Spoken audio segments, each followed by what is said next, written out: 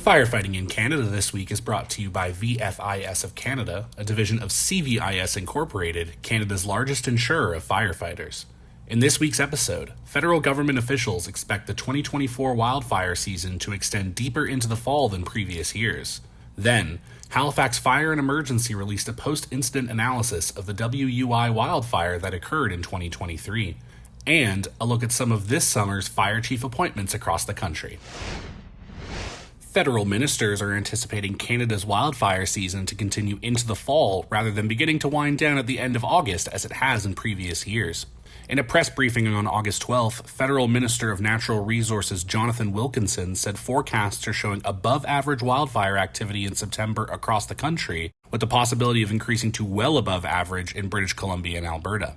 Wilkinson cited climate change as a leading influence on the increase in fire activity. Wildfires have, as you know, occurred across Canada for many, many years. What is new is their frequency and their intensity.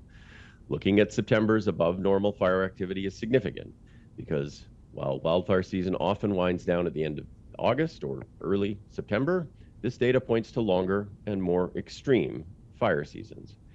Area burned by fires is growing. This is pushing what we consider normal to a whole different level.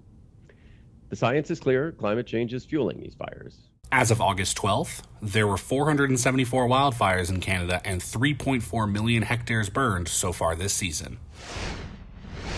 Halifax Fire and Emergency released a post-incident analysis report examining their response to the 2023 WUI wildfire that consumed more than 900 hectares and led to the loss of 151 homes.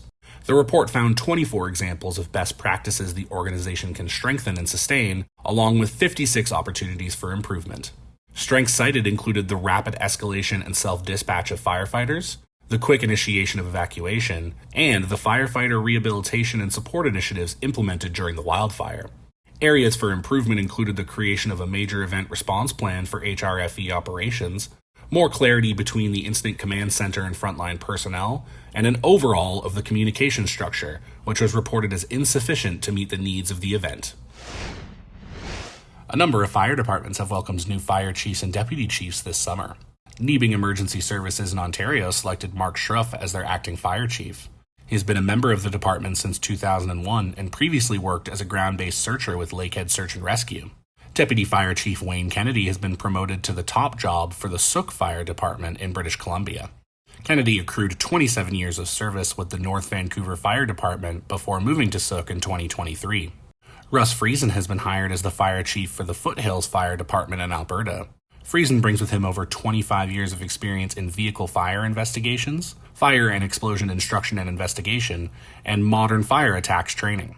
And Jeff Topliff has been chosen as the next deputy fire chief for the St. Thomas Fire Department in Ontario.